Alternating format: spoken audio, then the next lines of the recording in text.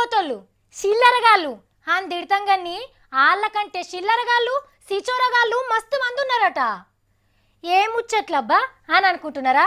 వాళ్ళు కష్టపడ్డ సొమ్ముతోని ఇష్టంగా తాగుతున్నారు, ఇష్టంగానే సర్కార్కి ట్యాక్స్ కూడా కడుతున్నారు. సగం సర్కార్ని భుజం మిన్నే మోస్తున్నారు పదో పరక సంపాదించుకుంటేనే.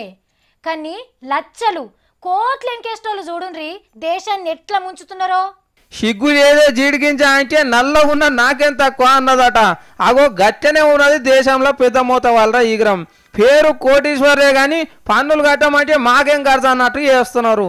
దేశంలో 17 మంది కట్టవలసిన పన్ను బకాయిలే 2 లక్షల కోట్ల మీద ఉన్నాయట.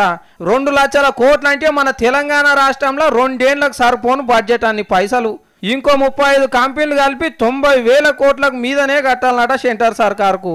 ఇది ఏ సంగపోలో అంటున్న ముచ్చట కాదు.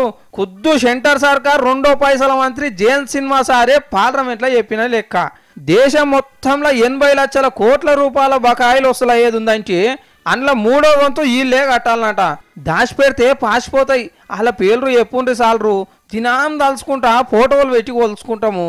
లేకుంటే ఏంది అన్న సుట్టమైతే పన్ను సుట్టమైతే అదే ఊళ్ళపంటి పబ్లిక్ ఎల్లకనో బ్యాంక్ కిస్తు కట్టకుంటే తలుపులు చెంబు తపాలాలు టీవీలు గుంజుకపోయి బాజాలరా గుంజుతలేరు.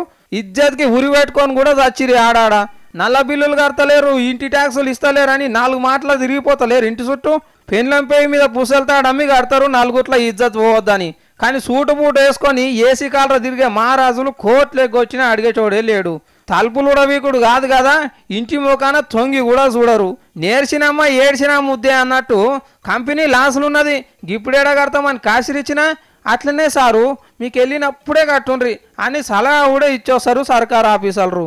కుండలు ఉంటేనే కదా గంటలకు వచ్చేది.